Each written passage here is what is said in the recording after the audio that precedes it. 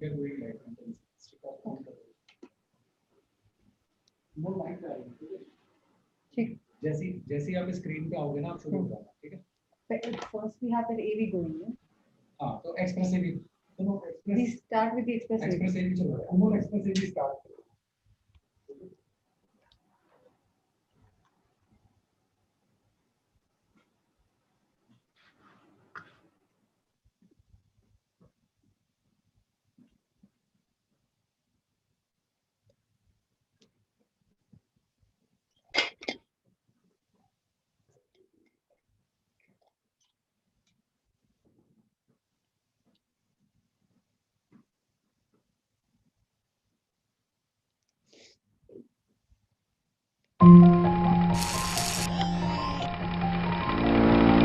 In March 2020, India came to a grinding halt. And while we were coming to terms with our new reality, India's invisible workforce that quietly drives the economy was facing a crisis. The cab driver, the newspaper guy, the house help, the factory worker. Millions of migrant workers, the people who not just build our homes but our entire lives, left without work, cash, and food. More so, left without the dignity of anyone knowing where they were and how they were, till they started walking. The visuals left us asking, why didn't we know better? We should have.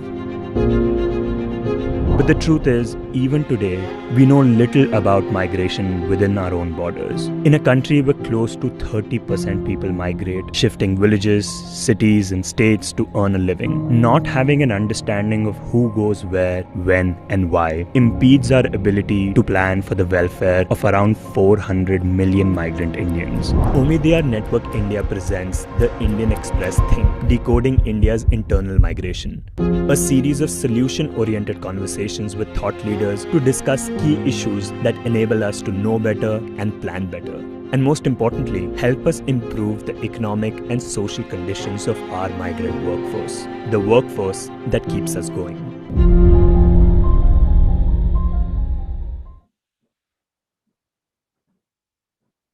Good evening, everyone. Ladies and gentlemen, on behalf of the Indian Express Group, a very warm welcome to the Indian Express Think series on migration presented by Omidyar Network India. This series of webinars focuses on the issue of internal migration in India. It aims to have a solutions oriented discussion between some of the brightest minds and thought leaders across academia, industry, civil society, and of course, the government. This is the second episode of the Indian Express Think Migration webinar series that started in February. Today, we will address the key question: are Indian states ready and capable of taking care of the migrants? Joining us today to answer this is a distinguished panel. I'd like to welcome Satyajit Rajan, Additional Chief Secretary, Labour and Skills, Government of Kerala; Chinmay Tumbe, Professor, Indian Institute of Management, Ahmedabad; Naushad Forbes, Co-Chairman, Forbes Marshall, former President, CII, and Chairman, Center for Technology, Innovation and Economic Research, and Ananta Aspen Center; Yamini Iyer, President and Chief Executive, Center for Policy Research; and Priya Deshankar, Professor, University of Sussex. The session will be moderated by Udit Mishra, Deputy Associate Editor, The Indian Express. You can remain connected throughout the session on social media by using the hashtag Migration in India. Before we proceed further, we have a short video clip on India's migration from Omidyar Network India. Let's have a look.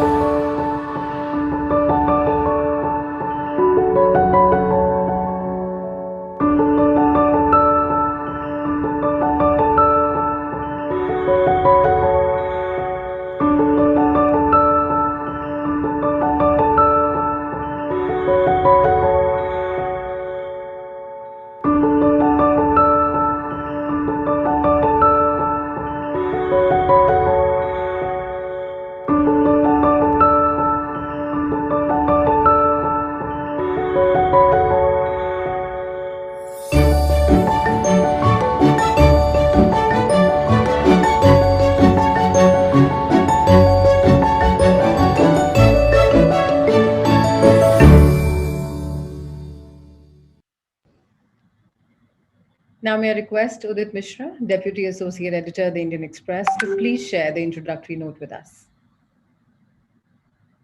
Thanks, Suanshu. Hello and welcome to the second edition. As many of you might know, we started this series, the Indian Express Think Migration series, in association with Omidyar in Network India last month. And the idea is to look at India's internal migration in some detail and some depth over the course of the next 12 months, possibly over 8 or 10 episodes. This is the second one. And in the first edition that we organized, we realized 2-3 very substantive things.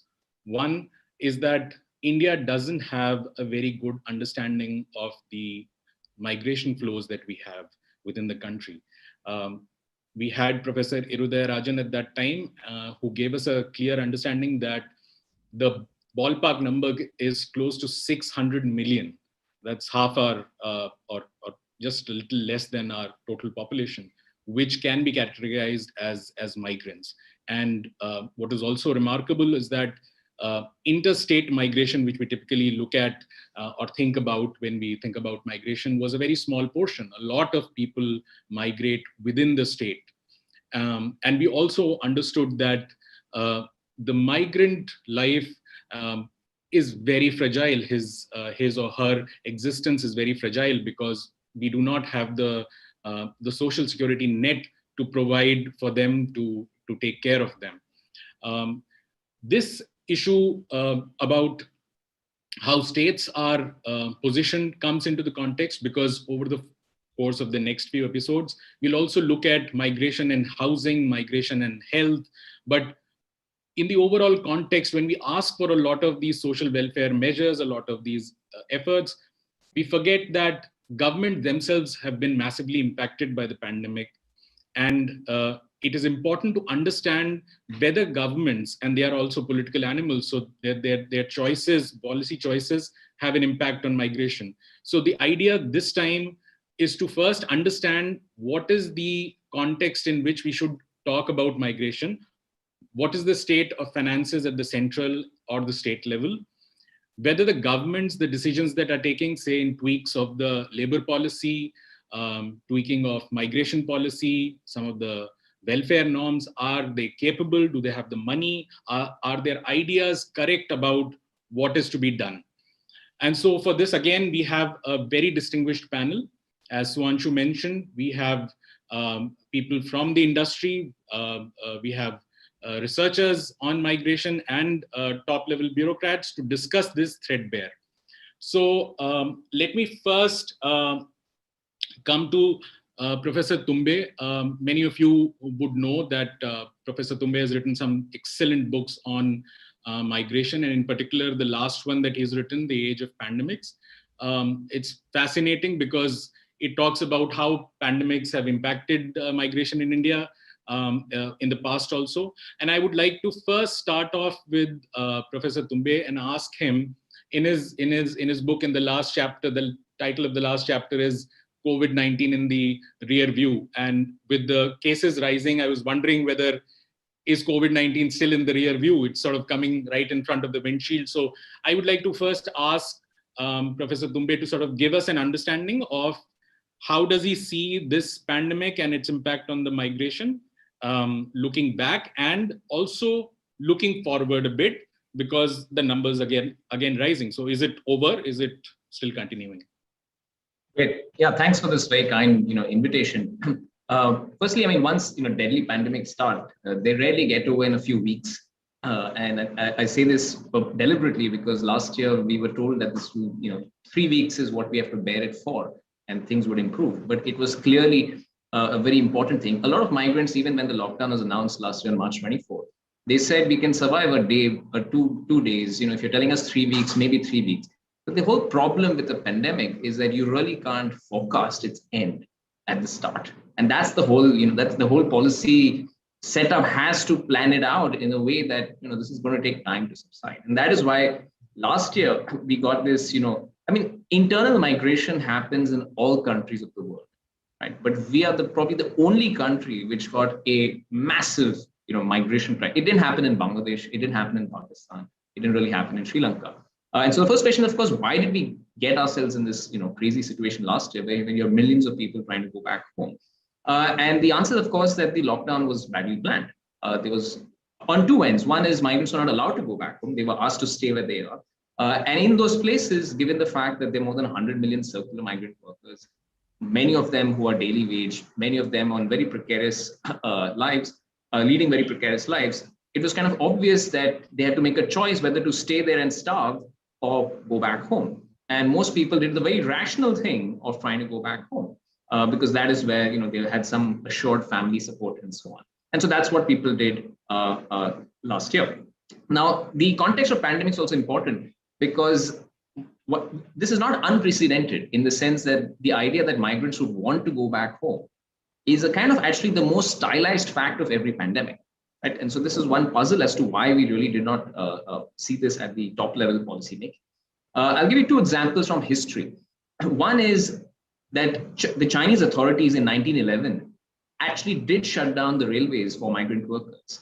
And what they got back then was exactly what we got last year. They got a full-blown humanitarian crisis when the Chinese workers had to walk back home. This was January 1911 during the pneumonic plague. And many of them died because it was winter back then. I should point out that the Chinese, again, last year, they locked down China after the Great Migration, which happens during the Chinese lunar calendar happens. Right? And so that's why the Chinese, despite having a major lockdown last year, did not really get a full-blown migration crisis like what we did. So that's one example from history. The other is from our own history. When plague struck Bombay in the 1890s, the British actually had to make the same choice. Should we shut down the railway? Should we shut down the city? And in the event, they arranged special trains, knowing fully well that they would not be able to curb the people's intentions to go back. And the same stuff that was heard on the railway stations in Bombay 1890s was heard last year. This idea of migrant workers saying, "Agar marna hai to gaon mein marenge." So this idea that if you want to die, we would rather die in the village. This idea that we have to go back home. So any policy maker really has to take two things into account. One is, how do we get migrant workers back home as quickly as possible? And if that is not the intention, because you want to spread, you don't want the virus to spread, then how do we ensure full amount of, kind of completely unlimited social security for at least a few months, not a few weeks, to keep migrant workers where they are? And I think the lesson from last year is that, we got this quite badly in the sense of the lockdown. And I don't think, hopefully, going forward, this memory is still there in our heads. And any imminent lockdown takes this into account. The other thing that the pandemic really revealed last year was, like you pointed out, the numbers. We really did not know how many people. I got calls from many offices, chief minister offices in India about how many people are there. How many people in Gujarat are there from UP, for example. And the numbers which even we gave, which were much more than the census numbers, turned out actually to be underestimates, in the sense of the actual number of people who took the Shramik trains in May and so on. One of the things that it also exposed last year was that while in India we have, when we talk about state capacity, we actually do have certain departments in India which deal exclusively with migrants, but they're mostly related with international migrants. In fact, I would say we have a much better policy architecture in place for international migrants vis-a-vis internal migrants. So I'm based right on Gujarat. Gujarat has something called as a NRG department, that is non-resident Gujaratis. And it caters to the needs of Gujaratis outside the state of Gujarat, both within India as well as outside India. But there is no equivalent department for the millions of migrant workers who come to Gujarat. Right? And that is the fundamental problem. Similarly, Kerala, for example, has this NORCA. It's a department which looks after non-resident Keralites. But it's the labor department in most state governments which looks after the welfare of internal migrants. And one of the things the pandemic has kind of shown is the need for NRG or NORCA kind of departments at the source region of internal migrants, which is fundamentally 5 or 6 states of India, which is, we're talking about West Bengal, Uttar Pradesh, Bihar, Jharkhand, Chhattisgarh, Rajasthan, Madhya Pradesh, pretty much the northern heartland. And it's in these states where you have to, I think, move from a labor department to really understanding a department solely, given to out migrants from these states and trying to understand and cater to their needs, just like how the NRG in Gujarat works for immigrant Gujaratis, or just like NORCA in Kerala works for the welfare of immigrant parents. And that promise is still not there, in the sense what we thought would happen as the obvious next step is unfortunately not being borne out. In fact, what we've got, as you pointed out, is nativist policies. And so Jharkhand government, which should actually be trying to look for the welfare of its own workers who are working in the millions outside Jharkhand, instead it's instituting a reservation policy for job 75% rule for job protection for locals, which I would say is quite counterproductive. So we, in a kind of 1 year from the lockdown, there are some promises that, for example, the One Nation, One Ration card, which is still not on the ground in a full sense, which is supposed to kind of provide more social security to migrant workers. That was one big promise, which unfortunately I still don't really see it fully operational. The second promise was that more state governments would coordinate, have departments, have a better mapping of migrant workers. That is also not happening. And the third is that you would think that at least the nativism would disappear. Unfortunately, we are seeing more of it. We're seeing Haryana government instituting these laws. So it's almost as if in 1 year, we've kind of forgotten, remarkably, this massive crisis that struck. So that is, I think, really the context. And there's just so much more, which I'm sure all the panelists are going to talk about, so much more that we need to do going forward in order to understand migration. And as you pointed out, this pandemic is not over. And if we know anything from the cholera, plague, and influenza pandemics, or any serious pandemic, there are many waves. We still have to ride these waves in a very clever manner. We should definitely not go in for a centralized lockdown of the kinds that we tried last year. And how do we deal with migrant workers in this should be of top priority going forward.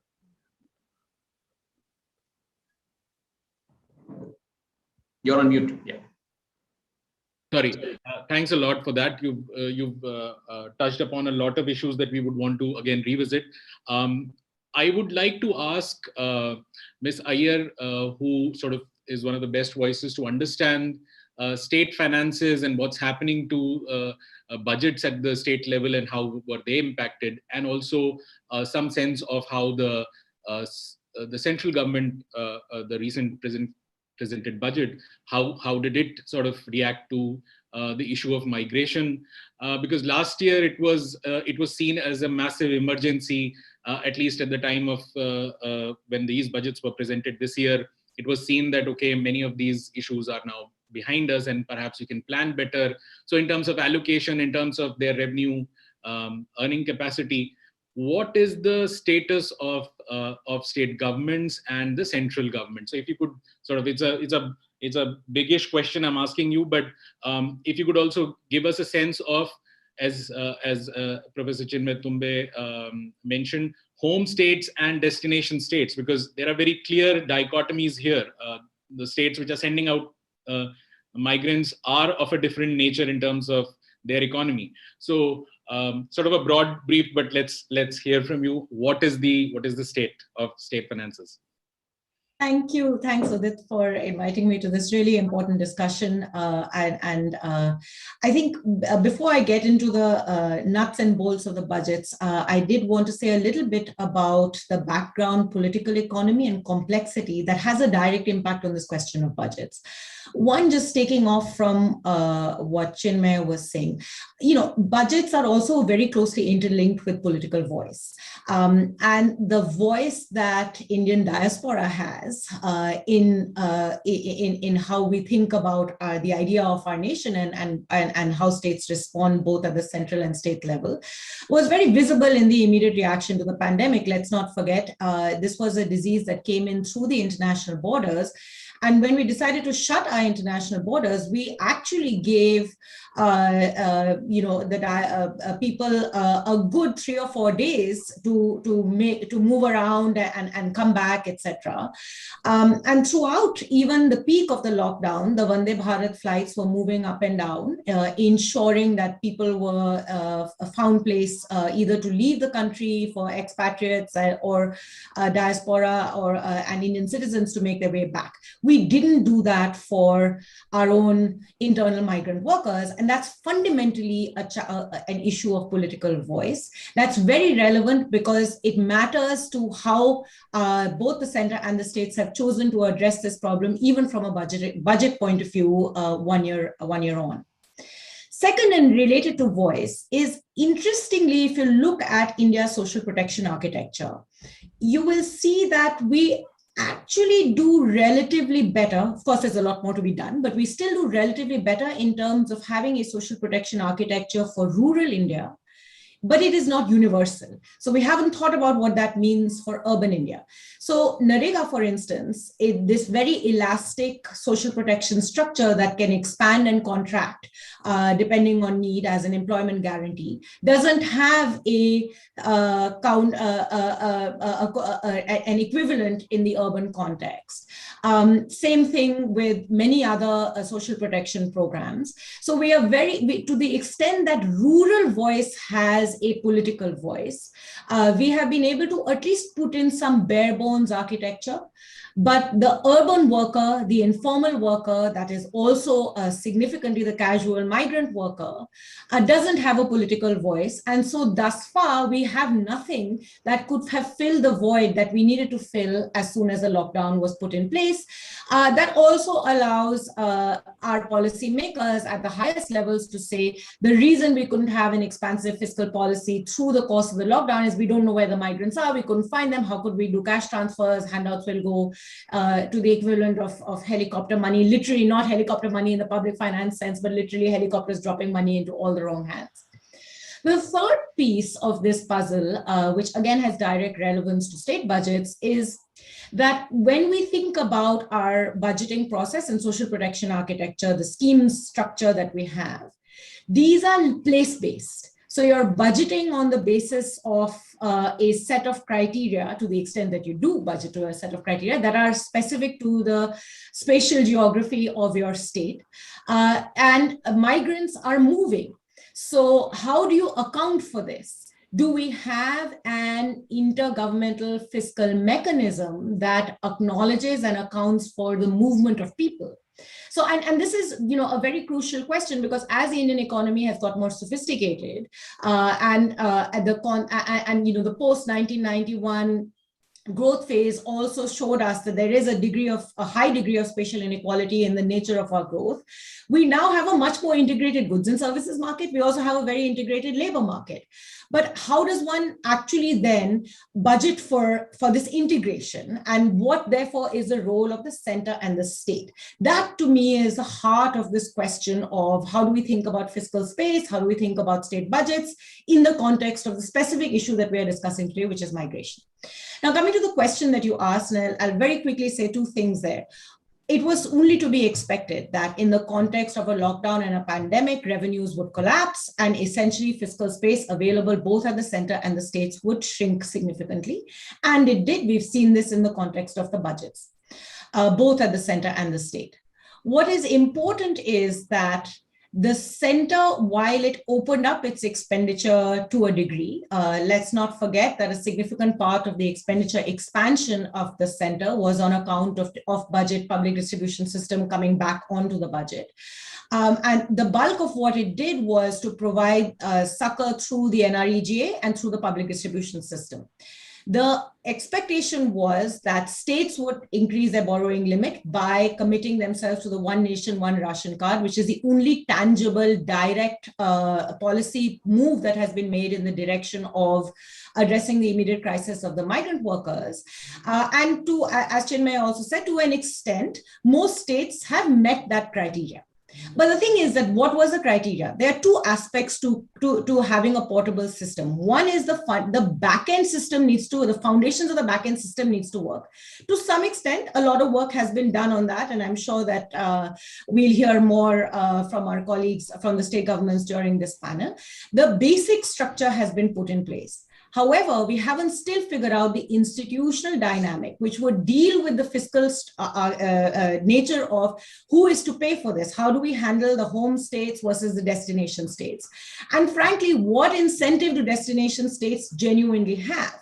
And what's been really interesting to me in the course of conversations with state governments over this year is that while home states are to some extent worried about what is happening to their populations, partly that worry comes from two factors. One, the remittance economy does see a little bit of a hit. We don't fully have a view. Maybe Chinmay can tell us a little bit more about what impact that is having on overall state finances, on the economy in the home states, but also that they have some responsibility for their people.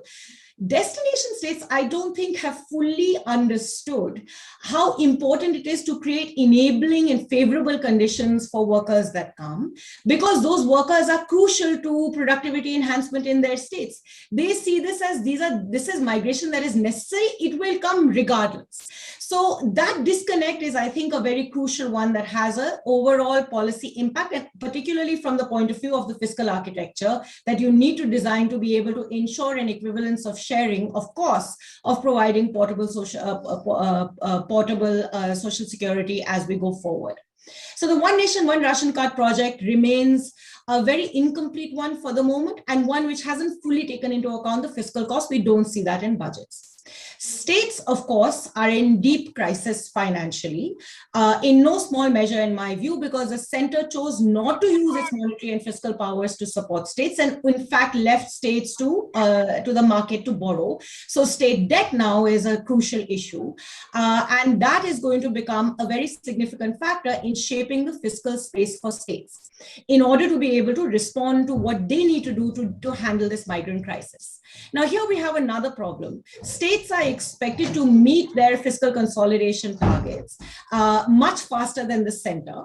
And we haven't actually considered the kind of support states will need to be able to actually think through midterm fiscal planning in order to be able to address this. So if you look at state budgets, what's interesting is there was significant expenditure compression. Depressingly so, because you would expect that at least the states would have spent a little more in this phase, which they haven't. CapEx is, in fact, particularly affected by this. Salaries and pensions are low, so even committed expenditures have dropped. That means basic human power, manpower in states is going to see a crisis. It already is. It's going to get worsened.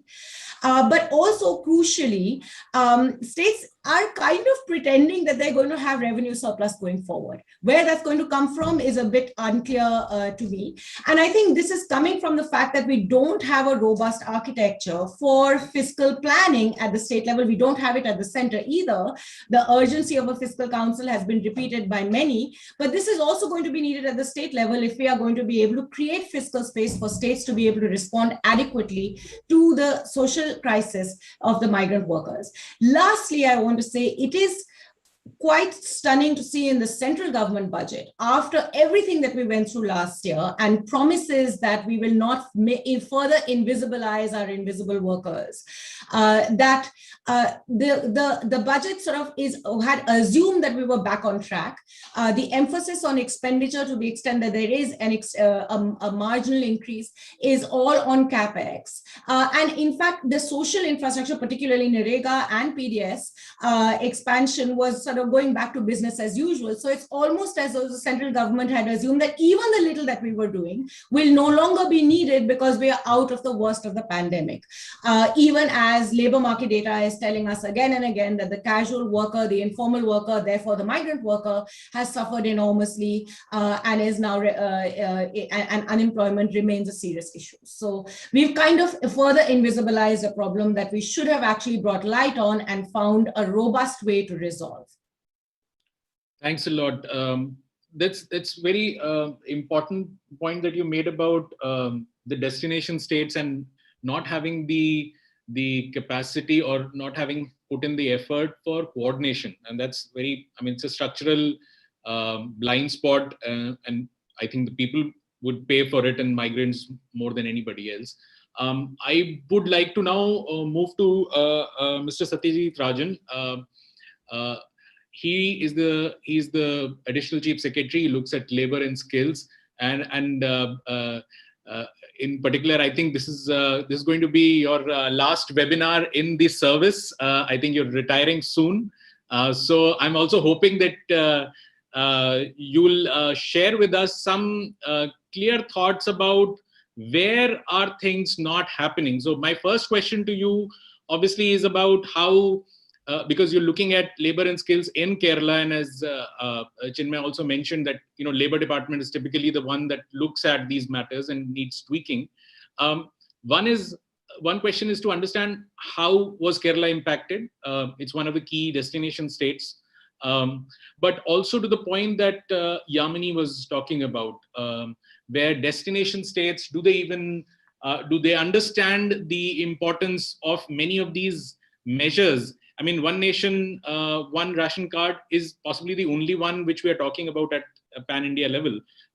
We're still not talking about many other measures, but even that has many gaps and question marks. So if you could speak a bit about the Kerala experience itself, how it impacted, and the whole destination state issue. Thank you so much. Actually, let me just first talk about the migrant workers.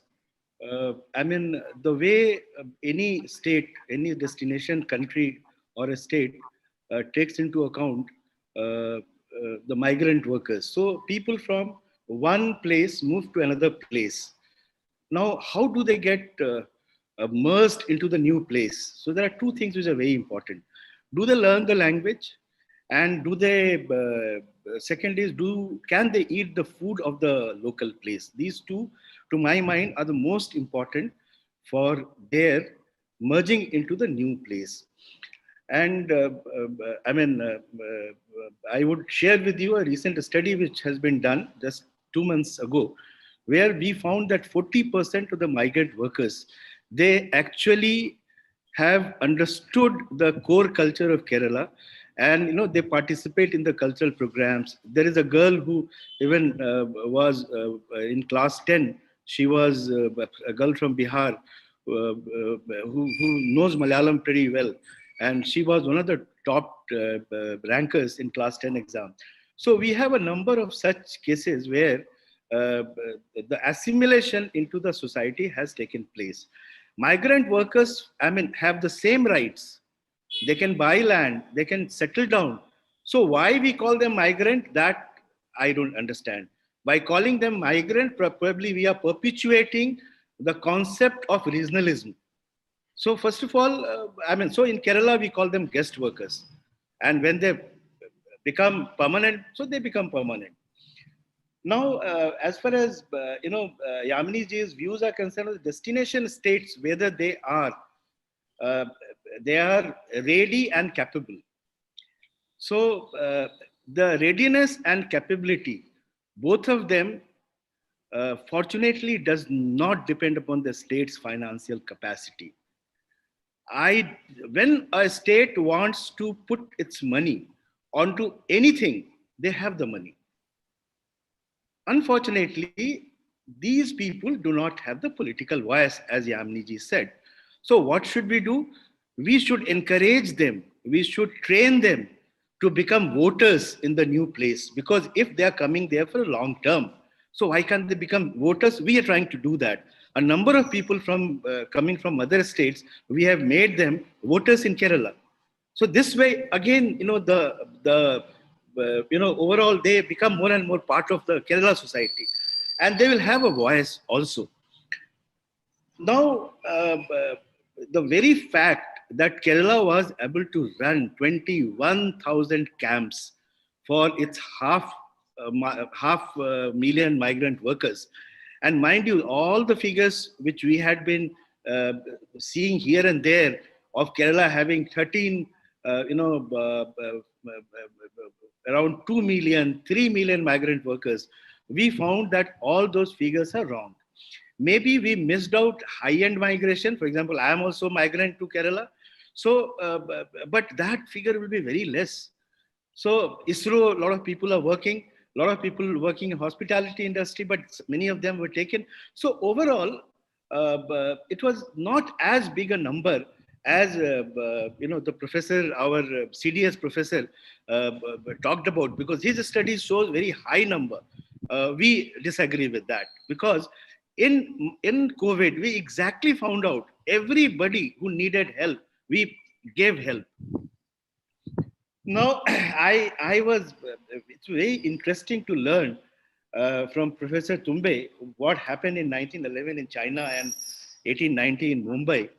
In fact, when the lockdown was announced, and 27th, we started working, started setting up camp in 27th March. The first Supreme Court affidavit on 29th March, we had around 2,000 camps running by then. And within the next 15 days, all other camps came in. So not one person was starving.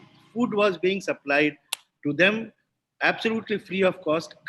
They were being taken culturally. Carom board, Ludo, all these things were provided.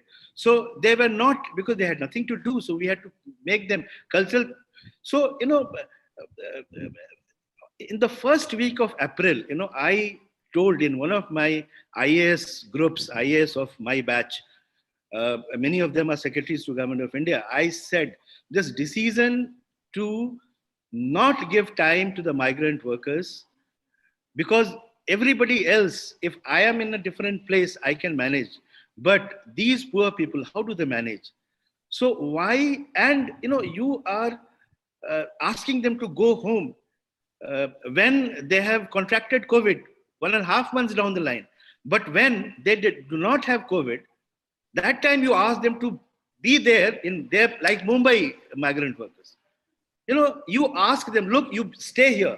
Once you contract COVID, then we will send you across to your respective places. Such a bad decision that it was. It was a harsh decision. It was a bad decision. And now that Professor Tumbe has told about China and that experience, I am so happy to learn, and that motivates me to read his book now, because that book could definitely give me a lot more ideas. Now, so finances, I don't think for migrant workers, finances are a problem. Now, the last thing which I would like to tell you is nativism will disappear. Now, nativism, unless and until India comes to term with one nation, that we are one, this nativism will not go. The Bihari workers will be laughed at in Haryana and Punjab. They will never become a part of Haryana and Punjab. Similarly, many such things will happen. So I would invite anybody from any part of the country to be. In Kerala also, there are problems. Here also, the amount of money which you pay to your own workers and which you pay to migrant workers, there is a variation.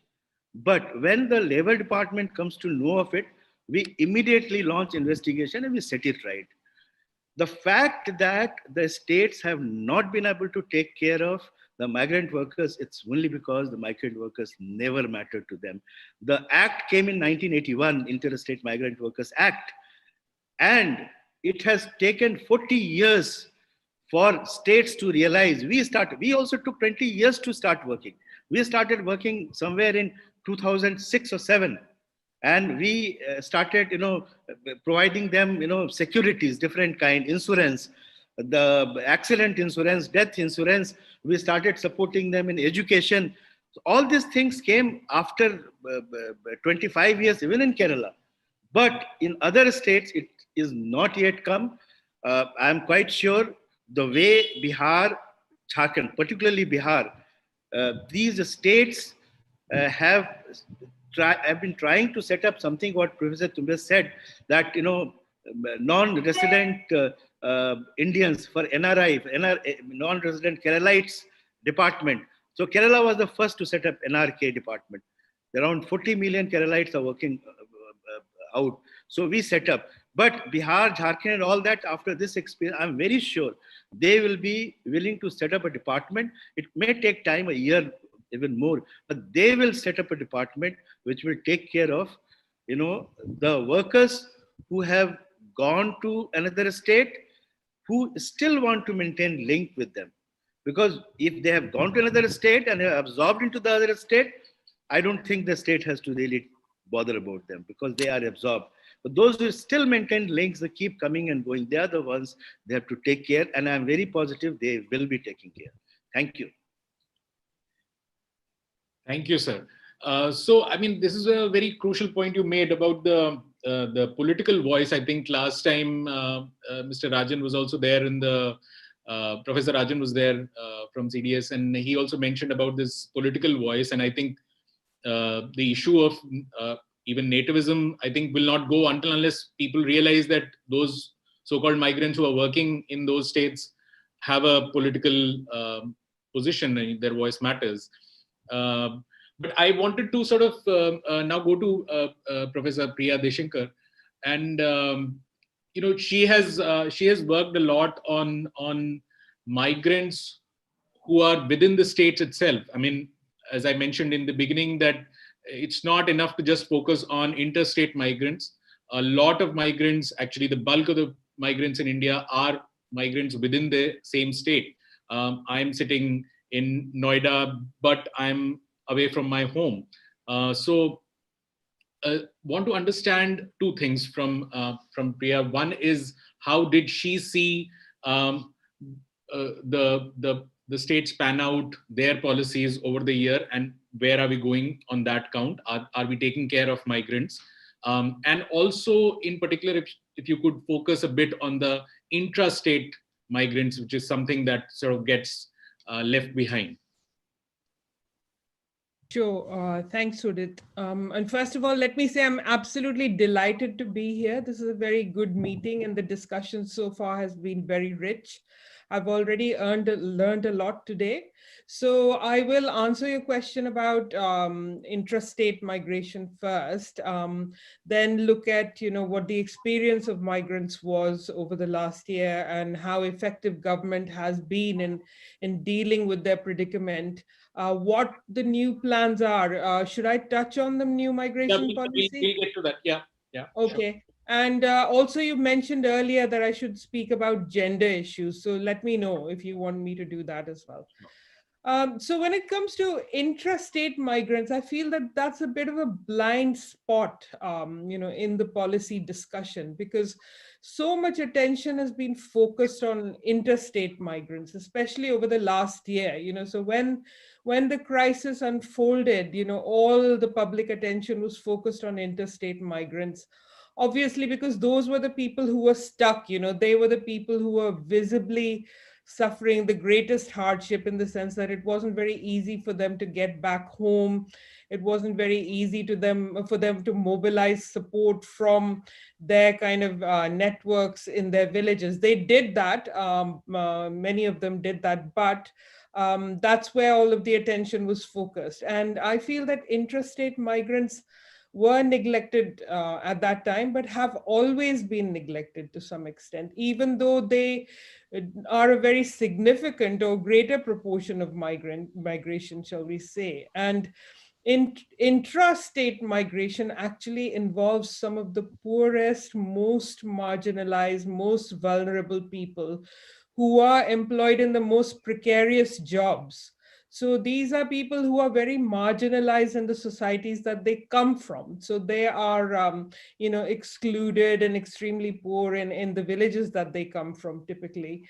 And they end up in jobs that are very much on the margins of the destinations that they go to. So these are the people who would be working in, small scale manufacturing, mining outfits or brick kilns, things like that, but other occupations as well. And they are invisible, and their movements are very poorly understood. The circumstances in which they are recruited and placed are not very well understood. And they are in fact less organized in some ways than interstate migrants. So I would say that intrastate migrants suffer from more uncertainty in terms of getting jobs that would give them work regularly. So if you look at interstate migrants, they are, I feel, based on my own work, in a better position, in the sense that they do have more days of work in a week compared to, say, intrastate migrants who say that, we work sometime, at other times we're just sitting around waiting for work, they're standing at these nakas or recruitment points or whatever, so their situation is far more uncertain and precarious. So I feel that we do need to give them more attention, and they would, like I said, they include the more marginalized groups. So, that would, by definition, include the sort of, Adivasis and Dalits and other people who are marginalized in our social structure, but also women, because there's such a lot of stigmatization for women to work away from the home, outside the home. So they tend to move closer to home anyway. So for all these reasons, I feel that we should, focus a bit on intrastate migrants as well. And I think indirectly, there is a focus or lack of focus on them, in the sense that the new labor laws, I understand that they don't really address the issue of intrastate migration, although interstate migration in some ways is subsumed under the occupational safety, and standards. So the sort of Interstate Migrant Workmen Act would become subsumed under that. But that never applied to intrastate migrants in any case. So that's a kind of, I just feel it's a bit of a black box that needs to be unpacked. Right. So that's one thing. Then the other thing was how migrants fared. I mean, Chinmay said quite a lot about that. Ranjanji also said a lot about that, but I feel that, I could add to that a little bit, in the sense that, a part of their experience, based on, again, ethnographic research and conversations with returning migrants, is that a lot of them were left out of state benefits because they simply couldn't prove who they were. They didn't have the documentation. They couldn't prove that they were Indian citizens. They couldn't prove that they were registered under the Interstate Migrant Workmen Act. And that act is notorious because of its lack of implementation. I mean, one of the figures that I've cited in a number of meetings, which really stuck in my mind, was that of the roughly 2 million migrant workers in Surat, only 7,000 were registered under the Interstate Migrant Workmen Act. So this is the kind of, mismatch between what policy wants and what's actually happening on the ground. And there are very complicated reasons for why workers are not registered under that act. But that actually meant that when the crisis happened, they were unable to prove who they were. So even when government support was announced, which was announced late as it happened, they were unable to access it. So there was this horrible situation where you saw throngs of people in public spaces, desperate for help, but unable to actually get it. And even government was at a loss because they didn't have the data to know who was from where and going where and how many people are migrants, et cetera, an issue that I've highlighted for a number of years, simply not enough robust data on this kind of migration. But also because they insisted on having this proof of identity or citizenship or registration to give those benefits. So, they just slipped through the net. And in the end, they were relying on their own families. They were relying on friends in the city. We heard stories of how, for example, migrants from one part of Bihar who were in Maharashtra identified others in other factories also who were from the same kind of, mohalla or ilaka or, the kind of neighborhood. And they pooled their resources together. They hired vehicles themselves. They had extremely hard journeys back home, which were horrendous. So, I mean, they had to rely on their own resources. They had to rely on friends and family. And the public were the people who were, also pooling together resources to help them. And the sad thing was that I feel that the state was actually trying to help, but was unable to because of, all of these restrictions created by these requirements. So there's a mismatch, and an awful mismatch, in the sense that the design of the legislation is exclusionary in the first place, So Yeah, so that's what I wanted to say about their experiences. But what's happened to them after they went back? I mean, again, that's everybody's talking about that now, have been talking about it for a few months. Some migrants did go back, they may have gone back to the same cities, not necessarily the same employers, because they were so badly treated when everything shut down. But quite a few have gone back sheerly out of desperation because, after considering their options back at home in the village for a few months, they've realized that, the situation hasn't changed much. So again, there's this problem of exclusion, which always was there in the first place. That's why they migrated. But the change isn't happening fast enough. So any programs that have been instituted for migrants returning back home are slow to reach them. And these are how decisions are made, and it's also the pattern of work that's being offered, not the state support, but other kind of private employment. And I've heard from some migrants that they said that the kind of even the local non-farm work which is available in rural areas is not the same as factory work that's available in the cities, because of the way that payments are made and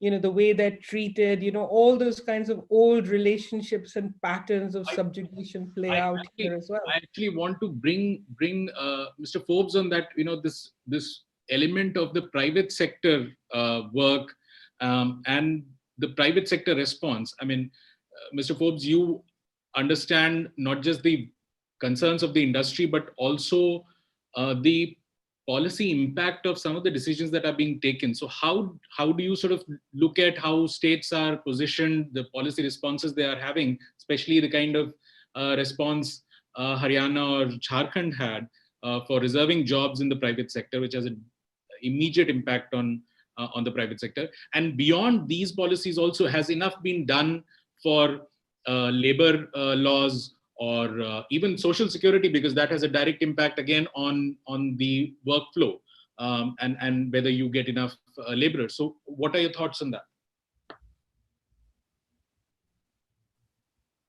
I think you're on mute.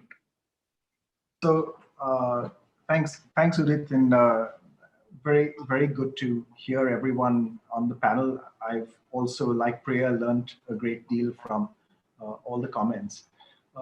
Let me start with the broader context. And the broader context is actually, if you look at us as a country, the official data says that we're 70% rural as a population. For that, to me, is a failure of development. You look around the world, and any country that's developed has urbanized to a much greater extent than we have. We are urbanizing, but we're urbanizing terribly slowly. Why is this important? Because it's important that we see, I think, migration as not something where people go work in a particular city, send money home, and home still stays in the rural area. Development in the longer run for us as a country is going to be people moving to cities permanently with their families and becoming urban city residents. And together with that must go political rights, must go exactly as Satyajit Rajan said. I think his idea is perfect. They should have the vote. As soon as they move in and take up residence in a particular state, they should be able to vote in that state, because that's a way in which they get voice. So I think very much so. In terms of the particular legislations that we've seen coming out of Haryana and Jharkhand, these are indeed nativist. They will not work. Jharkhand is completely, I cannot understand the Jharkhand legislation, given that Jharkhand is a huge supply state for migrant workers to all the rest of the country. So if you're a big supply state, how can you possibly introduce legislation that ends up restricting jobs and where because who's going to work in Jharkhand today? It's people with skills that aren't there in Jharkhand. You want those to come in, because when they come in, they will create more employment locally. And You want people, if you have more people than you have employment, you want them to go and work somewhere else and earn money and send it back. That's also a benefit to the state. And in Haryana, yes, Haryana is a destination state in a way, but I think intra-state migration is probably going to be even more important there. It's a destination state because of Gurgaon as a satellite city of Delhi and being part of the NCR. It's not a real, you know, it's a destination city as opposed to a destination state, if you ask me. And I think somehow saying that we will reserve jobs for locals is indeed, as the word was used, is nativist. It's wrong. It's the kind of law that should be struck down by the Supreme Court. And I think it will be when it eventually ends up there, because it cannot stand. As I mean, as an Indian, any of us have the right to go and live in any part of the country and work in any part of the country and be treated on par with anyone who's grown up in that particular part of the country. So I think that's an absolute right.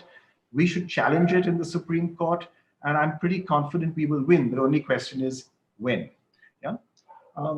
If we talk about what should have been done when we went into the lockdowns, you know, in our own organization, we took a call. We said, you know, we will reduce our own salaries, especially at the higher end, but we will preserve employment across the company, including for all our contract members and including for all the contracts that we have in the company. So, you know, contracts for conservancy or for canteens. I mean, we were closed for, you know, 6 weeks or whatever it is. So you don't need a canteen, but we ensured that the canteen contract was not only maintained, but that each individual member got paid by the canteen contractor. As a result, we had no issues with migration. People went home because, you know, people were usually, and it was indeed the case, that there were many more intra-state people working in the company from villages 50 kilometers, 100 kilometers, 200 kilometers away. They went home. We discovered that they went home because when we started getting them back at the end of the lockdown, we needed to arrange transport and so on to get them back. But we didn't lose one person, not one person from on our roles, on our contracts, and among our contractors, because we gave them an assurance up front that they would continue to be employed and continue to be paid, and we didn't lose one person. I don't see why we can't do this much more widely across industry. I think it's a responsibility that industry has. And if we don't do it voluntarily, I think there needs to be a new contract that comes in that enables it to happen. So one of the things that we're trying to work on now, unfortunately, these are all things that become less pressing when our TV screens change, you know, and they're more pressing when we see something, you know, that hits us in the face every night. What we're trying to do now is say, you know, can we increase wages somewhat to provide for a minimum health insurance program for all people, all workers, a minimum employment guarantee program. Now, the big question is, how long will you get a guarantee for? Can you get a guarantee, as Chinmay mentioned, for several months? Because that's what we need. We think we can probably get to about a 3-month employment guarantee program, maybe not at full wage, but maybe at, you know, a certain capped wage, but a minimum wage that can provide a livelihood to individuals. And then we need some way of ensuring some healthy living conditions in our cities where people come in and work, especially when they come in to work on construction projects, which are really the great bulk of temporary people who move to cities for a short period of time. So I think these are all things that we need to really work on in a very systematic, conscious way. We're trying to do it on a voluntary basis, saying get companies to adopt this as a new code. It will really have impact if we can somehow get our construction firms to adopt those same codes, because as you know, construction firms not only work on contract labor, but they work on a pyramidal contract labor structure where, a construction firm employs a contractor The contractor doesn't employ labor. The contractor employs labor contractors who supply the labor. You know, so you have, and sometimes you have an extra tier in there as well. And so, you know, you need to reach the end worker in any such setup. And I think we can work on some of these things on our own in a voluntary way and get more and more companies to do it. If we do it and we do it effectively enough, I think over time we will outcompete everyone else, because anyone who really is skilled and has good skills to offer will want to go and work for a decent employer where these are the kinds of conditions that we have in place. We just need enough of it around. I have one last comment and then I'll stop. You know, I really think we should see migration as hugely good. You know, we see it as a problem, we see it as a challenge, we see it as something that we need to deal with and so on. I mean, I think migration is only beneficial for the country. It's a way in which you actually work as one market. It's a way in which you work as one country, where people move from where employment opportunities are less to where employment opportunities are more, where everyone ends up with a better life as a result. And somehow seeing migrants as less than local, as less than equal, I mean, these are all things that we have to shed and move on from. You know, when, you know, the numbers that everyone uses says that 10 million people migrated back to rural areas. I did a back of the envelope calculation. I don't know if it's right, but my back of the envelope calculation said that if 10 million people migrated back to rural areas, if the average loss in earnings was 10,000 rupees a month per person, yeah, which is not an unreasonable loss in earnings. That's about 1.2 trillion rupees, or 0.5% of Indian GDP. So in other words, as a result of these 10 million reverse migration that happened, we are losing 0.5% of GDP simply as a result of that. If the 10,000 is right, if it's higher, it's more, if it's lower, it's less. Yeah. So the reverse is also true. Yeah. If people move from rural areas by the million and work in cities and earn more, it's adding directly to our GDP growth. So that's the way in which we will grow faster as a country, by actually seeing much more migration to the cities, many more thriving cities, many more larger cities. That's the future we should be working towards, and trying to put in the right legislation and the right kind of contracts to enable it. Thank you. You very succinctly put a number to this issue, and that immediately hits home. Yamini, if I could come to you, on this issue of state finances and whether they have the wherewithal to really respond to this thing.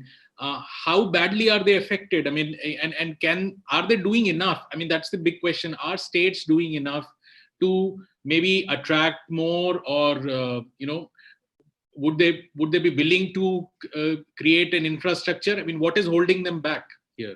I mean, Mr. Rajan has said that money is not the issue, but is that so clearly set out that money is not the issue, and then what is holding back? Well, I mean, you'll have to make the distinction between destination states and source states. In some senses, money is a tighter issue in the source states than it is in destination states, just by virtue of the nature of the economies and the ability of the economies to be able to bounce back. But I do agree broadly, money is not as much a constraint if center and state were to be able to work together in a coordinated fashion. Of course, at this point in time, given the GDP contraction, given the kind of revenue hit that states and center have taken, there isn't revenue surplus around for vast amounts of things to be done. However, it is extremely important for policymakers to make clearly identified policy priorities and ensuring that understanding is there that a basic protection has to be made to create the enabling environment for exactly what Naushad said. Migration is overall a positive phenomenon. It requires, therefore, for India actually to build a policy environment where more people are on the move than actually are today, both intra as well as inter. And that requires creating a policy environment that is genuinely enabling with center-state coordination. I think a few critical things need to be done. And this is where the center needs to take the role of ensuring that there is better interstate coordination. Some states at their own levels have tried to work out bilateral relationships between source and destination states. So Telangana signed an MOU with Odisha and so on and so forth. But these bilateral arrangements are not robust enough. It requires interstate coordination, and that is a central role that the center has to play. And in that, the center also has to move beyond one nation, one ration card database connection. Of course, making the problem visible is crucial, but creating the institutional environment for acting on that visibility is even more important. So moving forward in terms of figuring out how we can think about fiscal federalism in a manner that accounts for migration is going to be extremely important going forward. That's a central role that the center has to play. Equally, particularly because right now state finances are in far more stressed, and the expectation that the center has placed on states that they have to get back onto the path of fiscal consolidation much faster than the center. There is also an important role that the center has to play in creating a more comprehensive basket of social protection that states can then leverage to do things in their own ways, which are relevant to the particular state context. We've seen some innovation from states, Jharkhand, Odisha, for example, trying to do urban employment guarantee kind of programs that are both addressing some of the insecurities for interstate as well as intrastate migration. This requires financial support, and that needs to come from the center, which has greater ability to do so at this point in time. Also, for states to not play the same game that the center plays on them, states need to empower local governments. Ultimately, the complexity of migration and its heterogeneity can only be resolved through very, very localized responses. The second important thing is that we need to move away from what Priya was talking about, this the obsession of the beneficiary having to make themselves visible to the state in order for the state to offer its social protection to people. It has puzzled me enormously why in the midst of a crisis, we did not move in the direction of a demand-based public distribution system, instead requiring all our migrant workers, people who were in deep distress, having to stay away from their families in difficult conditions, having to find ways of using an online system to make themselves visible, to get those e-ration cards, etc., to go and get their basic rights. We have to be able to remove the trust barriers that dominate how we think about beneficiary identification. That is an administrative issue, and it is for administrators to think much harder about when you can move towards more demand. I think Narega tells us that actually guarantees of this nature allow for social protection programs to be expansive and to contract depending on demand. Trust people, and you will actually see a much more robust social protection structure that will move things. Lastly, I think it's also important for us to remember that the kind of spatial inequities that have that our growth models have resulted in, that the convergence that was to be expected for our growth path haven't yet occurred, requires us to recognize that both fiscal consolidation pathways as well as growth pathways are going to be very unique state specific. So there is a lot more that needs to be done to enable a and allow states to build the kind of policy planning environment they need to be able to strengthen their economies and enable their economies to be responsive to the unique challenges they face. For instance, we still don't know what is the overall impact on Bihar, Jharkhand, Uttar Pradesh when remittances started reducing as their workers came back and became more dependent on Narega for basic sustenance. If we can't answer that question, we will not be able to have a longer term approach to this problem, and we'll find ourselves locked into this nativity kind of quick fix that might be politically charged and may or may not give you political returns, but will not solve the fundamental structural challenges that the economy confronts. Right. On that, proactively looking at this and creating a structure, I would like to just ask either Chinmay or Priya to tell us about the draft policy that Niti Aayog came up with. I mean, that is one good way to sort of look at many of these issues. I think in the policy they mention that yes, there are data challenges and we need to make it create a structure for many of these issues like health and education. Did it do enough, Chinmay? I think Priya should really answer that. Okay, Priya. Sorry. Sorry. I think there's quite a lot in the draft policy to be really welcomed and celebrated, in the sense that it is trying to create a new national policy and install a new structure, so they're trying to bring about convergence across different line departments and ministries to ensure that the same language is spoken, the same assumptions are being made to inform interventions and approaches to migration. So that is all wonderful. It's also taking a rights-based approach, and it's very inclusive in its intentions. It has plans to improve data, as you said, and there are many other positive aspects of this draft migration policy. But I do feel that, it's somewhat a little bit apolitical, shall we say. It doesn't really reflect the real political economy of how migrants are employed and, what their experiences are and how labor is recruited and how they're placed within industry and other sectors that employ them. And why, certain kinds of migrants are preferred in certain kinds of jobs. And this links up with the whole nativist policy question as well, because, the assumption underlying the nativist policy stance is that, we want to keep our own workers in our own state so that they can contribute to our own economy. But the question is, will that work? Would they want to do those jobs? And do the employers want them? And a lot of studies have shown that, in fact, migrant labor is preferred by employers for a variety of reasons, because they're not unionized, they don't, they don't demand their rights, and there are many kind of underlying reasons for that. It's because of the way that they're recruited. Quite often they're recruited through contractors who may be recruiting them in ways that bond them to the job. And for, some employers, like in the construction industry in particular, as Naushad was referring to earlier, it has been researched quite extensively, and it's been shown that that kind of employment does require workers to be present in the peak season. They don't want workers to be in a position where they can suddenly walk away from the job. And employing locals carries that risk.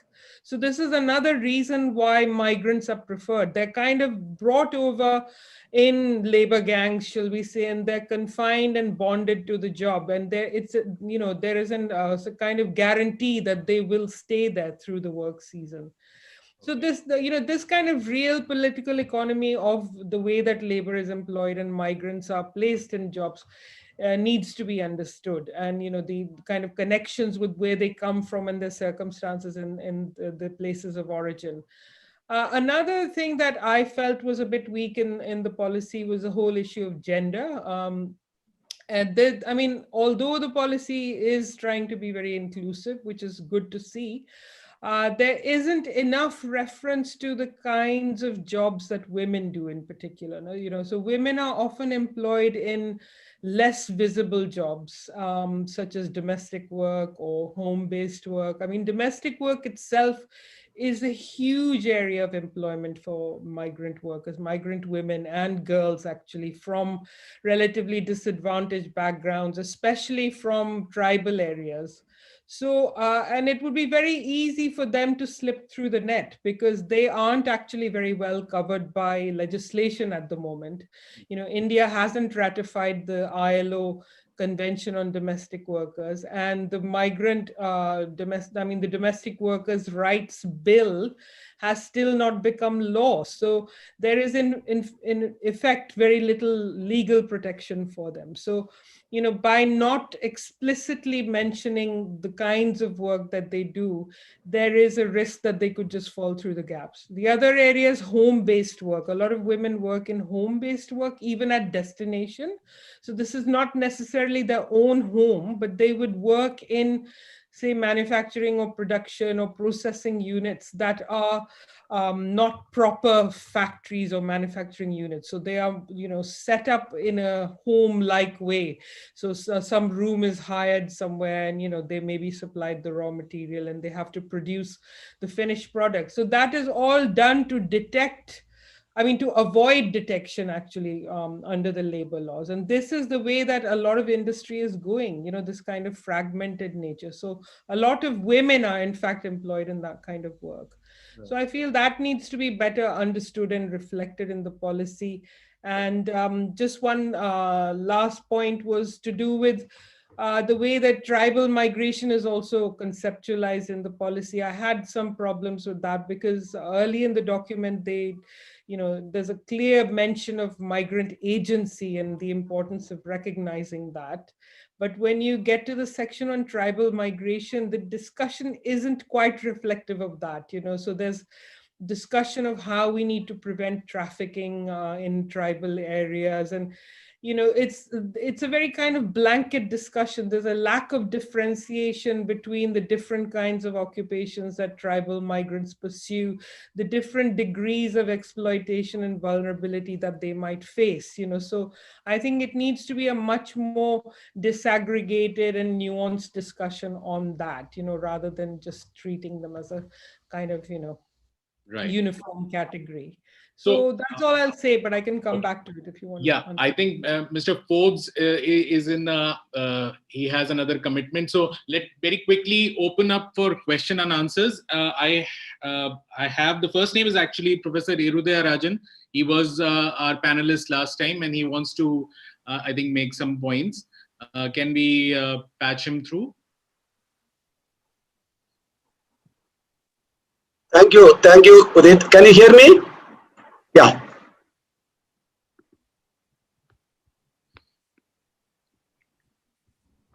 Thank you, Udit. I just want to. Can you hear me? Yes, Professor Rajan, you can. Okay, thank you. Yeah, I just want to make basically 2 points. Mr. Rajan with us, Professor Rajan with us, or should we go to the first question? I am there. Can you hear me? Hello? Hello? I don't know. I don't think. Let's then go to the first question. This is from Ms. Tanya Debnath. Could we patch through Ms. Debnath?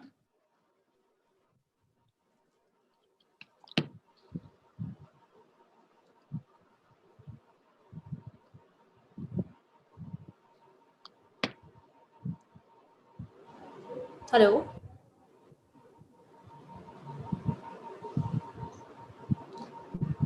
Yes, ma'am, we can hear you. Udit, yes. Can you hear us?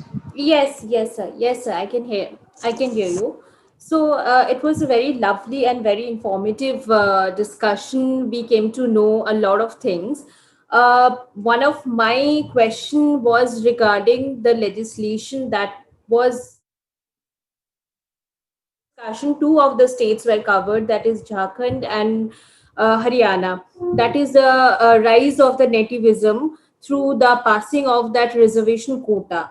But we can see that we can note that many other states like Maharashtra, Karnataka has promised to pass such law. So in that case, considering our fragile economic scenario and labor market condition and this kind of high unemployment, especially among the youth, so what will be the repercussion among various socio-economic groups and various streams of migration with different kind of education level, like the kind of job which are promised, which is certainly at the entry level and mostly the blue collar jobs. So what kind of migration it will induce? So that is my question. Thank you.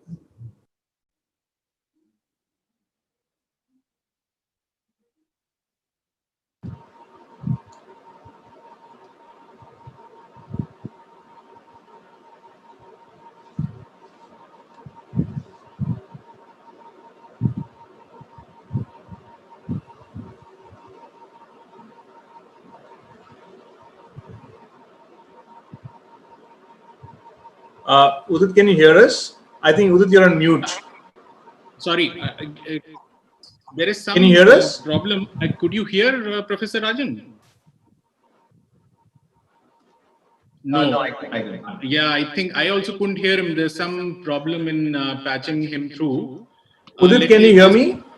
Check. Yeah, I can hear. Okay, I'll just unmute Professor Rajan again. Just 1 second. Professor Rajan, can you hear me? I can hear you. Can you hear me now? Yes. Now we can hear you. Please okay. Go ahead. Yeah, I just wanted to make basically 2 points. One is, that today talk is about our Indian states are ready to, capable of taking care of the migrants. I think something missing in the whole process of policy and everything is who is migrant. I think that is something we should debate on that, because if you look at the available database, whatever we have, out of 2 Indians, at least one of them will be moving. Sometime they are migrants, and that is something we should look at it in policy, in debate, and everything.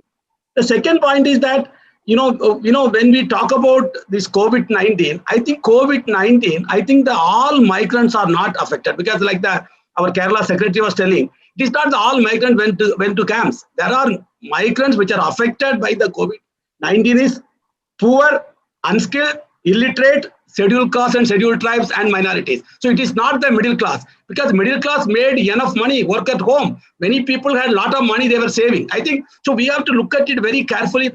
We should not treat all migrants in a big bracket. I am a migrant. I was not affected by the COVID-19. The final point is that why we are talking too much about states of origin, states of destination. They are Indians. They are not Malayali or Bihari. They are Indians. I think we should build that point. They are Indians, and what we should do, the policymaker, researcher, is that what is the contribution of the migrants for the states of origin? How much the migrants really contribute for the bigger economy? For example, similarly, how much the migrants contribute for the Kerala economy? Without migrant, I don't think anything will move in this country. So I think this is something we should talk about that, because the migrant really help to reduce poverty, reduce unemployment, and they are helping to achieve the human development. So we have to put those numbers with them, because now we are talking about migrants like a use and throw policy. We have to keep them. They are contributing both the countries of origin and destination, and they are contributing for the Indian economy. India, I think we should put that India in their mind, including Finance Commission. When the Finance Commission distribute money between states, I was telling them, you should take the migration as one of the variables to distribute resources. You are talking about population, but you should also include migrants, because the migrants needs care. So you should give those states where there are more migrants. I think this will also make them highly visible in our debate. Thank you very much. Thank you. Thanks a lot. Mr. Rajan, what Professor Rajan said about, that we should not think of them as migrants. You also mentioned that, why should we sort of look at this issue in this manner? But this is the political reality, isn't it? It's not as if we can wish this away. No, it all depends upon the way the destination state treats them. If destination state thinks they are extremely important part of their economy and they are contributing to their economy in a big way, and makes policies accordingly, as Kerala has done in the last 13 years. It's a slow and steady progress. From social security, we are now moving to housing. We are making the ideal housing, and we're also thinking about what kind of housing. Some kind of act which will make housing, the basic housing needs to be provided by the employer. I think that's why I said the recipient, the destination state has to think them positively. Look at them positively, and policies will fall in place. And Madam talked about the finances. I'll tell you one thing. Working in the state, I find that if there is a political will, they find money. And the kind of money which is distributed and the way it is distributed, that shows that money is not a problem. And anyway, state can generate, the nation and states, they can generate their own funds. But it's a question of political will. That will come through the choice, the election. If they become the part of the election process, it will come more easily. Okay, Chinmay, I really am tempted to ask you, have you ever seen in the history, because you've read have you seen this distinction go away? Has this, or will this happen for the first time, if ever? The fact that we have state level elections, it's easy to blame outsiders for your problems, means that there will always be some sort of othering which will happen in the political discourse. There's a difference there between the rhetoric and the actual law. So while I would say, I'm come from Mumbai. Mumbai is one of the cities where for at least 50 years, people have been blaming outsiders. Yet it has actually translated very less into actual laws, and migration rates of Mumbai have only gone up over time. So there's rhetoric and actual policy discourse. And what's disturbing in the last 2 years is that it's moving now from rhetoric to actual, legislation in many states. And so that really, has to be stopped. I hear what Professor Rajan is saying in terms of one India and so on. And I think implicitly that's there. But I do think, just like Kerala has Norca, I do think there is some value in having a dedicated, kind of a service provided by state governments to understand where their migrants are going out. It's a trade-off. Do you think that by having such departments, you're leading to, in fact, more divisionalization? I suspect maybe not. I do think there is some value. Okay, let's quickly go to some more questions. The first one, I think, Ms. Tanya Devnath. I'm really sorry about the confusion we had earlier, but let's move on.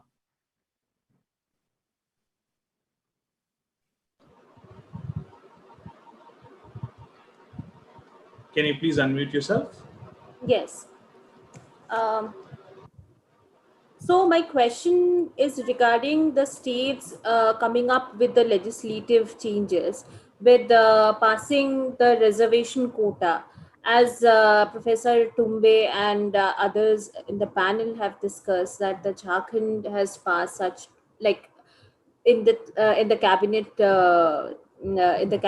to secure jobs for the local, and Haryana has also passed such reservation quota. Besides this, other states like Karnataka and Maharashtra, Gujarat, even Madhya Pradesh has promised to come up with such bills, and with Andhra Pradesh securing the blue collar job for the local. So we can clearly see the sons of soil kind of politics is on the rise. So if we see the kind of jobs that are on the reservation is certainly for the blue collar workers, that is in the industries, and for the in the entry level jobs, like the recent pass out with the technical kind of education. And considering the fragile labor market scenario with 33% of our youth being unemployed, with high some of them are highly educated, so what kind of migration will it induce? What kind of migration? That is my question. Professor Tumbe answer that. Yeah, I mean, I'm not quite sure if I got the question correctly. It's will these laws change the pattern of migration? Will these? I to be honest, I don't think it is. 75% is not a really binding constraint. I think the problem in India is really that we don't have. As everyone has said, we need actually much more interstate migration than what's currently. It will hit a few sectors, and I feel the employers of the sectors should take these state governments to task and take them to courts, just like what Naushad was saying earlier. Again, this is a very clever law if you see it politically, because you don't really have to implement it, but you've told it to the population at the time of elections, and you're saying that, look, we fulfilled what we said in the manifesto, and you convey the sense that you're doing something for locals, but you never have to actually prove it, because nobody's going to actually show us that 75% is happening. So I don't think it's actually going to fundamentally change migration to Haryana or Andhra Pradesh, but just in principle, this is a bad law. And what we see in India is, once a bad law is instituted, all the other states are now copying each other. And over time, if every state of India has this crazy 75% rule, I mean, why do you want, we scrapped Article 370 on the basis of all, one India kind of idea. And now you have the Article 370ization of, virtually every state. So I don't think it will change migration, to be very specific. Yeah, Mr. Rajan, I have only one point to add. I mean, one is surprised that the center has been very, very silent about this. When the first time, I think first was Haryana, when they came out, everybody expected the center would react, but they were very peacefully silent. I don't think, I mean, as Professor Tumbe mentioned, I don't think states actually mean it. I mean, any intervention which will increase the cost of operations, in the long run, it will not be there. It will not be sustainable. So it's basically political in nature, and we need not really think too much about it. That's my view. Thank you. Let's move on to the next question. I would request people to introduce themselves and then ask the question briefly. We're running out of time. So next is Ms. Ranjana Das from Oxfam India.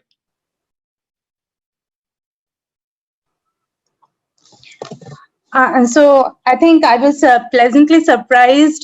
Professor Deshinkar touched upon the gender question within the migration. That would have been my broader question, but maybe a bit to hear from, possibly from Mr. Rajan also, that any specific measures that has been taken to understand the realities of the women migrants or their gender needs, either in Kerala or few other states, just to understand their realities more, and some of the specific measures that would be, important to understand, because the policy only touch upon the gender issues and how it can address.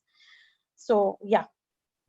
So when we did in this study 2 months back, in fact, the results, I mean, the final study report came only last month. To my surprise, I found that there are quite a large number, 25-30% migrant work, women migrant workers. Then basically they're all in plantation sector and all of Tamil origin.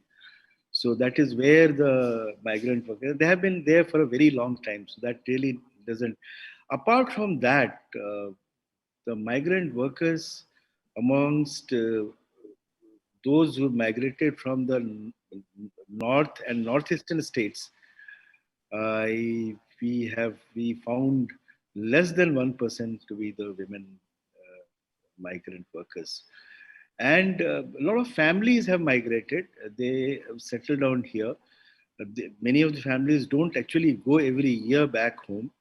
So such cases are there, but women working here in the force is very less. And it could be because, see, the basically construction segment attracts workers from Bihar, Jharkhand, Uttar Pradesh and all that, Bengal also. And in that segment, in any case, the women migrant workers are very limited. So that, we'll have to really do something to ensure that the women migrant workers also get absorbed along with their husbands into the local streams. So there could be a very specific thing designed for educating them. In fact, we have thought about teaching Malayalam to the migrant workers. So if they learn about all these languages and all that, probably even the household sector, because Kerala household sector 1 month they would be making something like 15,000 bucks, which is pretty good, which is as good as Delhi. So if that segment also starts attracting, they'll be able to send a lot more money back home than what they're doing now. So it's a very good suggestion, and we should look at it. Right. Next is Mr. Vidyanand Jha. Yeah, hi. So it was a illuminating talk which skirted many, to my mind, important issues regarding migration. I just wanted to pick your brains on this, that we have been wishing away the socio-cultural kind of aspects of migration, which they are on both sides. So when Chinmay was saying that, people want to go home, in the situation of, in a sense, emergency, what is the hold which home still has on the psyche of people?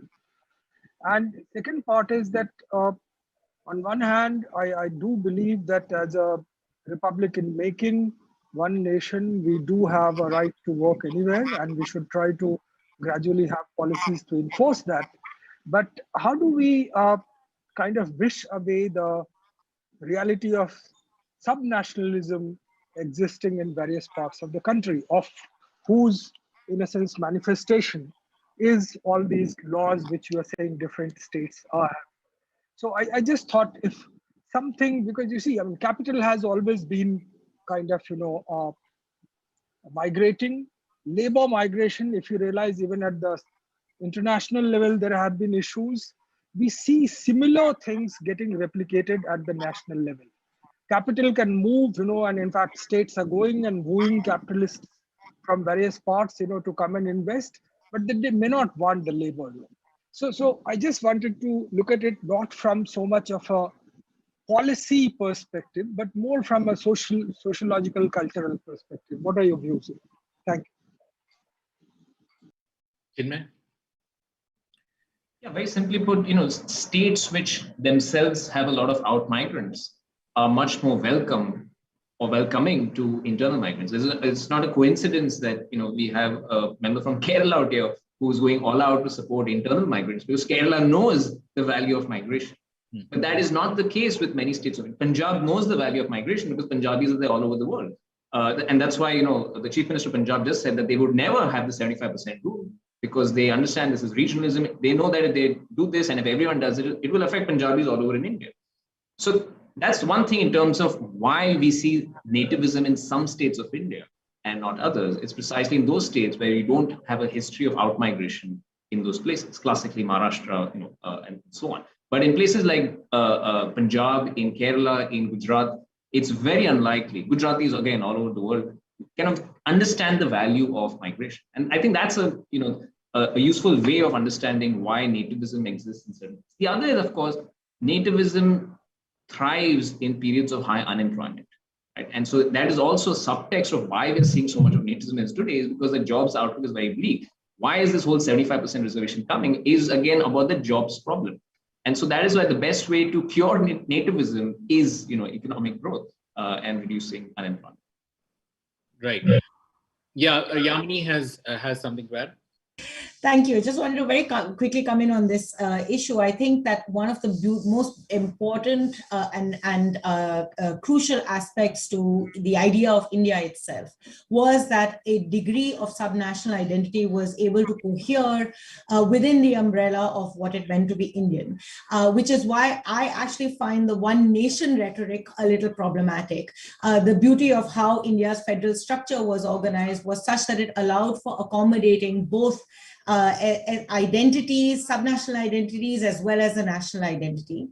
And that does, of course, open up possibilities of subnational identities lending themselves to othering and nativism, as we are seeing now, which has to do with an economic and political phenomena rather than a social cultural phenomena. So I think when we are talking about the issue of migration, we should not actually use phrases like one nation, because in some ways it symbolizes the undermining of a subnational identity rather than the creation of a cohesive narrative of shared identities that make for India. And linked to this, just very quickly, I did want to say that I think the problem of these, when we're talking about this sort of nativism and reservations, one also must remember that there is another element of migration, which is the informal economy. A large part of the migration that is taking place is in the invisible informal, and what impact the overarching policy environment has on those invisible workers is also something to consider and think about, which we haven't discussed enough, I think, in this discussion. Yeah. So I suppose we need to celebrate Anek Bharat instead of Ek Bharat. Let's go to the next question. This is by Leo Sengo.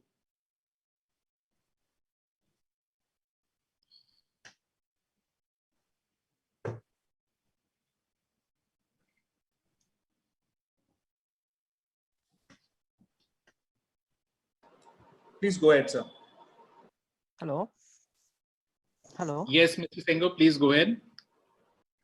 Yeah. Okay. Thank you. It was nice. It was a nice discussion on and to note that a new migration policy is on the cards. It was also nice to see Dr. Yadirajan after a long time. I met him and doing the mobility migration study for Family Health International. Now, some issues are that first, as he said, there needs to be a clear definition of migrant. Who is a migrant? And we need to define the typologies of migrants. Like, for example, they are rural migrants are different, urban migrants are different. Most migrants we have seen have come from rural areas, but the skills that they have, they are onto industrial jobs, they are into construction and things like that. It's very important to define migrants sector-wise in construction, in agriculture, in manufacturing, services, etc. Ultimately, in an emergency situation like this, there are different policies what states are following, but it is good to know that if there is a national policy that can be on, and just like the different laws that are there, the states can have their own rules and build on the national policy. Maybe give better entitlements for workers, give them, empower them with more rights and things like that. The good thing about entitlements is that, okay, how it can be given to these people is you have the Aadhaar system, you have, all of them have got bank accounts linked to Aadhaar and PAN, etc. So direct bank transfers, direct cash transfers could be done in case of an emergency like this. So there is a solution to this problem.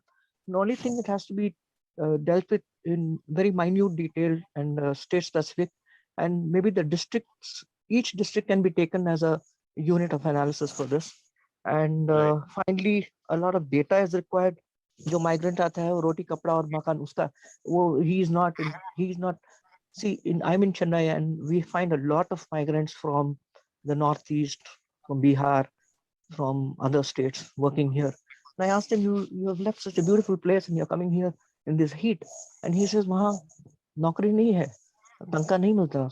So these are the kind of issues that we have to look into, and the demand supply economics that plays as far as the migrant is concerned. For him, it is his money that he's getting, either he's sending home or he's using for himself. So I think it's good. I mean, we ponder about this. A lot of work needs to be done in this. Thank you so much. Right. Thank you. This question of what is a migrant is one that keeps looming around like a ghost. Who is a migrant? We'll come back to, but let's first accommodate Mr. Abhishek Kumar. He's the last question we have.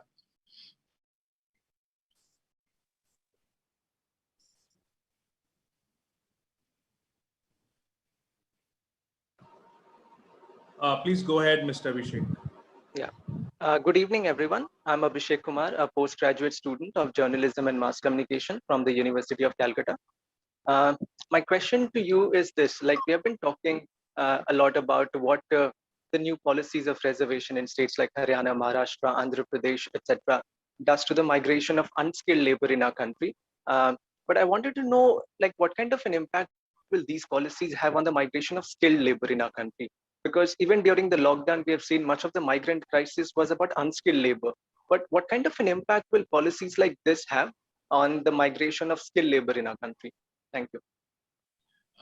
Priya, would you want to take that one? Skilled versus unskilled? Skilled or unskilled? Yeah, I mean, how would these policies impact skilled as against unskilled? I mean, would perhaps skilled be better off? I'm not really the best person to comment on skilled migration because my interest really is mainly with the unskilled migration because. Would you want to? Sure. I mean, it has no impact. I mean, these laws have absolutely no impact on the migration of skilled workers.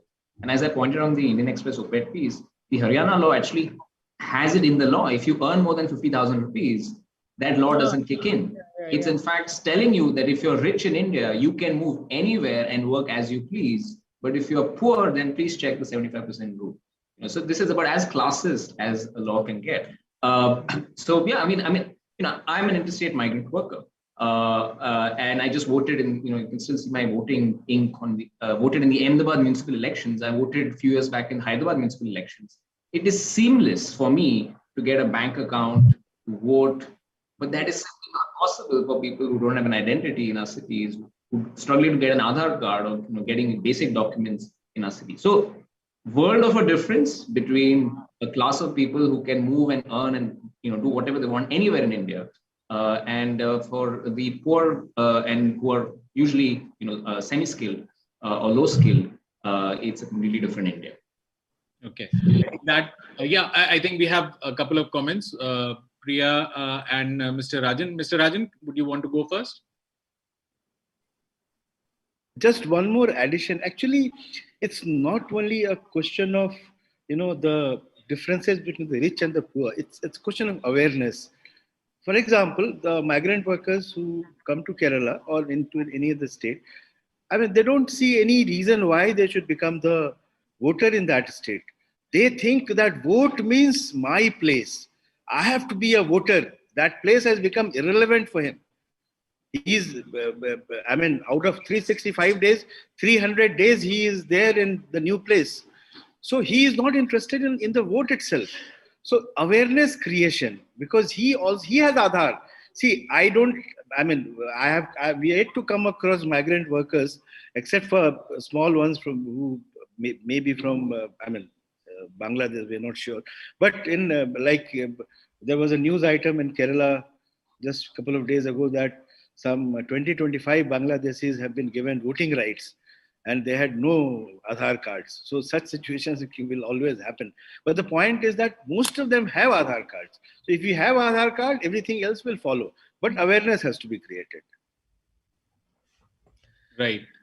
Priya, very briefly. Very quickly. I just wanted to say that, this whole kind of classist dimension that Chinmay mentioned about this policy is also reflected in the external migration policies of ECNR on passport stamps, the immigration clearance required stamp, which means that if you're a low-skilled migrant, you do need to get that clearance. It's a kind of paternalistic, protectionist stance towards people who are low skilled and low paid. The idea is that we have to take care of them. If they go somewhere, they'll be ill treated. And I think some of the nativist policies arose because of that concern. But in fact, they are going to mess up the whole system because, as we've heard, it's unlikely to actually work if it is implemented. Okay, last, Yamini, you wanted to make a point? Yeah, just a couple of things to clarify. I think actually this is it's not skill versus unskilled. It's white collar versus blue collar. The complexity of the class dynamic and the socio-economic context needs to be kept in mind. We privilege workers like Chinmay who can move from place to place, or myself for that matter. But we create complex conditions for those who are blue collar workers who need to move from place to place. And also just the fact that we are talking about nativist policies in the context of migration, actually, as everybody stated right up front in the beginning, that India is unique in how low migration is across, interstate migration is, which just should remind us how much of a political and how much of a response these legislations are to the economic and political context, more than the issue of workers moving and what it does to local economies. True. Okay, on that note, now I will pass it back to Suvanshu. Thanks. Thank you, everyone, for sharing your valuable insight and thoughts with us. It was an extremely informative and educative discussion. Proceeding further, I'd like to invite Shilpa Kumar, partner, Omidyar Network India, to share a few concluding comments with us. Yeah, thank you, Suvanshu. I think it was, good time to reflect on this topic around the time of the first anniversary of the lockdown. And to me, while we reflected on this, I think the last year gave ample evidence on what we discussed today, which is what is the value of migration. And I think the evidence that we saw in the last 1 year is that there is a lot of value in migration, at a state level, at a country level, at a state level, and at individual level. I think the fact that really migration enables the economic progress of many states. It also enables, remittances to be sent back home to look after families of those states. And yet, in a sense, it's, also kind of a bit of a, important reflection that 1 year has passed, we have seen the evidence, and yet when we look at, what the response has been, one had hoped, like Chinmay said, that we would see more coordination between states, more rollout of maybe social security across the country in collaboration of states. But indeed, what we have is much more talk of nativism. And it seems like, as we look at the second wave of COVID, maybe it's also an opportune time to really pick up the pieces on that unfinished agenda and think about what's to be done. Do believe that it's a lot about data. I think someone mentioned the fact that states actually, chief ministers reached out to a couple of people on this panel to say, what's the data, what can we do? So in a sense, even when there's intent, there is not sufficient data. And I think clearly there's need to, get more data in terms of people who move because of job reasons. I think the other thing that, came out is sometimes it's not even about having the money. I mean, fiscal and policies are important, but sometimes even when there is money with states, even when there are laws that support some of this, it boils down to political will and implementation. And again, reflecting on, the first anniversary of the pandemic, it does seem like a good time to think about how both these things can come into play, use technology that we have currently available to maybe make some of this happen. I think the last, takeaway is always one which, any dialogue on migration really, needs to focus on, which is that it is the most marginalized, it is the most, unskilled, communities that get most badly impacted on account of this subject. And really, it boils down also to voice. I think Naushad mentioned that when things are on the television screen, we sometimes focus on them, or maybe in our newspapers. And therefore, it's great to have these series of conversations which focus on the topic, which continue to kind of bring back what are the solutions that can be thought of? What are the things that can be done to really move forward on a topic which is, in a sense, as old as maybe economic progress? And really look forward to these series of discussions, keeping it front page quite literally for everyone. And also want to congratulate Indian Express on the microsite that they have launched, which will hopefully be a watering hole for all kinds of data, articles, and discussions relating to migration. Thank you, and back to you. Thank you. We'd like to thank our presenting partner, Omidyar Network India, and 24 Frames Digital for helping us put this series together. Thank you everyone for joining us today. We'll continue this series and focus on specific aspects of migration like health, education, housing, and labor laws in a bid to get a deeper understanding of the challenges ahead and hope to find direction to these. We'll be in touch as we announce the next event. Thanks a lot.